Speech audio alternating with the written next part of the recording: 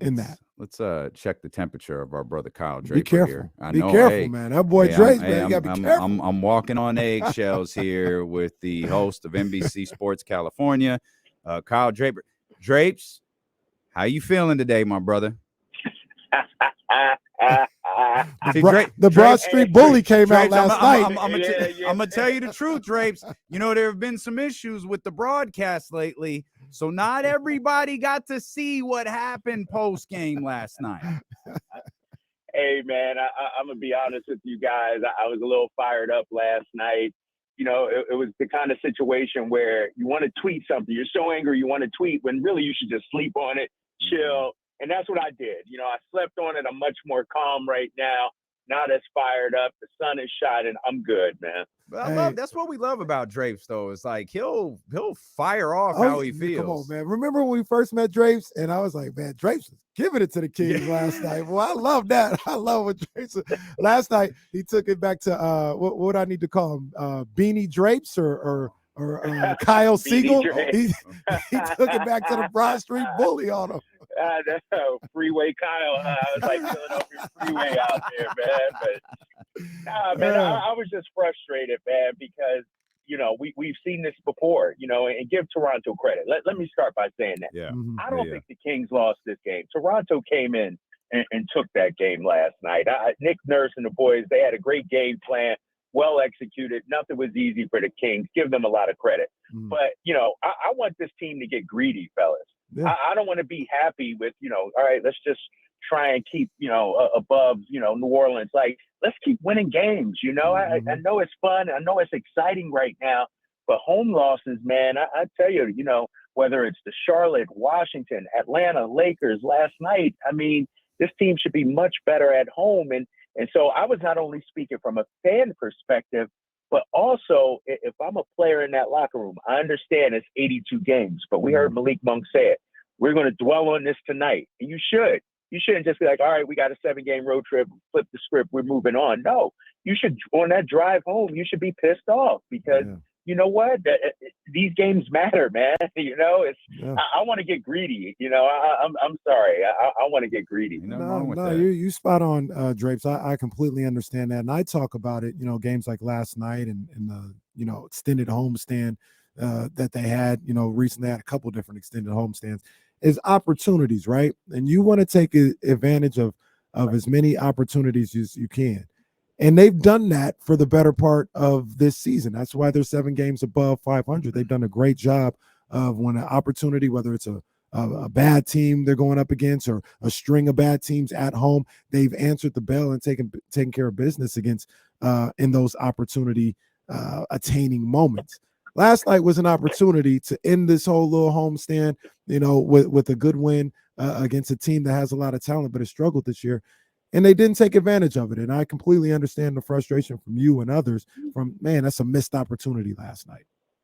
Yeah, exactly. And, you know, when you look back at the season, you know, if we're talking 3-4 seed or even playing, you know, you're going to look back at these games and say, darn, you wish you would have had it. And my thing is, while everybody else in the West is struggling, you know, and it seems like the Clippers are getting it together now, Phoenix, you got to take advantage of it. You know, these are opportunities, like you mentioned. And I'll be honest, this 7-game road trip is another opportunity here. You know, they only play one team above 500. You know, Minnesota, you know, has their issues. Sure, they got some talent, but they have their issues. And so I don't know, man. I think at worst a 4-3 road trip, I would be happy about. But man, I just hate, you know, giving away games or losing games where you think you should win. And I know it's the NBA and every night is a challenge, but man, we lost to Charlotte and Washington. That's what makes these other games so important. You know what I mean? Yeah. If you win those games, then maybe last night against Toronto is not as important. Well, I mean, Drapes, you could even go to the Philly game as good as Philly is. You know, you look at the way that game went. Those are the ones that you look back if you have to. Hopefully Kings fans don't have to, but you look back at the end of the season like, that's a painful one. Yep. That's a painful one right there.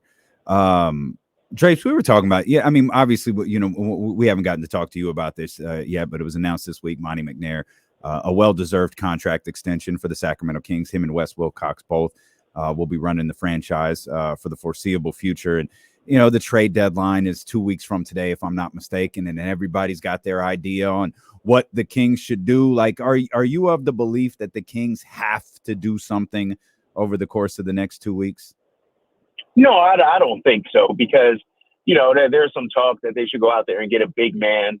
And, I honestly think, Rashawn Holmes can be that serviceable backup, because especially when you're talking about the stretch run of the season, getting into the playoffs, Domantas Sabonis is going to be playing upwards of 35 minutes a night. So you just need somebody 10 to 15 minutes a night, whether it's Rashawn Holmes, Chimezie Metu, somebody like that. And I don't want to give up any of our core guys, any of our top 7, top 8 guys. Right. You're rocking and rolling right now. I just think, man, I think the answers are within. I think you got to cure the turnovers, obviously. You got to shore up the perimeter defense. Everybody talks about having a rim protector and having somebody that can do that. Well, it starts out front, as far as I'm concerned. And the guys just have to take onus and guard your yard, is the old saying, right? No, Take it upon yourself to shut somebody down. You can't let somebody come in and just have their way, have layup after layup against you. No, I agree 100%. And I talked about this on my podcast with Jason Jones, J Street Vibes, before they look to the trade market, because we're about 2 weeks away from the trade deadline. Yeah. Man, maybe it's too late for this, but I'd rather look at the 10-day market real quick, because like you said, you're not looking for a guy that's going to come in here and play 30 minutes a night. You're looking for a guy that can give you like 10, 15 minutes max. And that's a DeMarcus Cousins. That's a Ed Davis, Gordy Jang, Derek Favors. Maybe they can fill that role in that one. I would look to like the 10-day market, or the guys who are free agents right now, before, I give up assets trying to make a trade. No, I agree with you. And you mentioned some guys that are out there, whether it's the free agent market, the buyout market.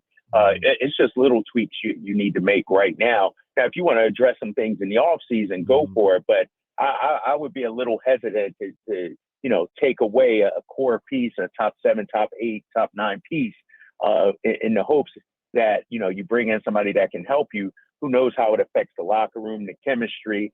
I mean, from all accounts, this team, everybody gets along. Everybody, comes to work every day. No bad seeds, no bad apples. And so I don't want to upset that. I mean, here they are in the 3rd place in the Western Conference. And think about it, fellas, how many games have they let slip away? And so this team is good enough to stay in that 3rd spot, I think. Drapes, we've heard a lot about Domas today. It feels like a foregone conclusion that Domantas Sabonis is going to be an all-star. I think the question now, and it's a very serious question, whether Domantas Sabonis is going to be an all-star starter. There seems to be a lot of momentum gathering for that. What do you think ultimately happens with De'Aaron? You think De'Aaron makes it? Yeah, I think De'Aaron gets in. When you look at the Western Conference guards, I thought at the beginning of the season, man, it's going to be tough. Yeah. But you got Devin Booker out. You've got Chris Paul really not playing at that all-star high level. And so that takes out 2 guys that maybe you would have thought would be competition. And so when you look at the guards, obviously Luka's going to be there. Ja's going to be there. Shea's going to be there. Steph Curry's going to be there. I would throw in De'Aaron Fox as well. To me, that's my 5. If I was picking 5 guards, and maybe I'm leaving somebody off that I can't think of right now, but I think those are the top 5 guards in the Western Conference. Yeah, I'm with you. I'm with you. De'Aaron should be on there. I mean, I know the West is loaded and all this other stuff, but there was an argument, in my opinion, regardless of people getting hurt, that he should have been an all-star. Now with guys playing a certain amount of time and, out with injury, no fault of their own or whatever. Well, some of these voters are being funny too. Yeah. Well, like I saw Zion as a starter. Come on, man. I saw Anthony Davis as a starter. Hey, there's no question. Those are all-star guys. Anthony Davis played 26 games. Come on, man. De'Aaron All-star Fox has played caliber players and who should be on the all-star team this year are 2 different things. Right. That's right. That's right. No, I agree. And we got the starters coming out tonight. I think, based on what he's done this season, Domas should be an all-star starter based on the numbers, based on the team's record. But as you guys know, it's a popularity contest, and with the fans making up 50% of it. And what was Domas in the last round? He was 10th, I think he was. And then you got the players and coaches, coaches voting as well, media, I'm sorry, too. You need Domas to be like number 1 on all those other ballots. You know what I mean? To combat the 10th that he got from the fans. And so I don't think he'll be named a starter tonight, but I think in terms of production and impact, he should be a starter. Drape, sometimes you just got to let them know what time it is, man. Just, hey, let that Philly out every once in a while, man. It ain't bothering nobody. The Chatty House is loving Freeway Kyle. They want that on a shirt. They said Freeway Kyle, put it on a shirt. I would do that. And let me just say something real quick and apologize to my boy Kenny Thomas, because people thought I was coming at Kenny Thomas last night. And here's the thing. Once Kenny took the route of, you know what, it's just 1 of 82, we'll get him another time, I just couldn't let that slide. You know what I mean? I just can't be like, yeah, you know what, Kenny, you're right. It's 1 of 80. It's just the laws. It'll be, I can't let that slide. Yeah. So it was never anything personal. I wasn't coming at my guy or anything like that. I was just frustrated. You got to keep your partner sharp. Well, look, he would have came at me too, because I was saying the same thing as Kenny Thomas. I was like, it happens. Drapes would have been like, hell no, we ain't talking about that today, KC. No, if we try to be about that life, let's be about that life. You know what I mean? If we try to make this deep run. Them Kenny dudes be soft, man. That's all it is. Them That's Kenny what it dudes. is. Hey, we may have to do a field trip to Philly. They ain't got no freeway in them, Drapes. They ain't got no freeway in them. Freeway Kyle, let's go. Hey, enjoy this road trip, Kyle. We'll be locked in, man. We appreciate you, brother. All right, fellas. Talk to y'all soon.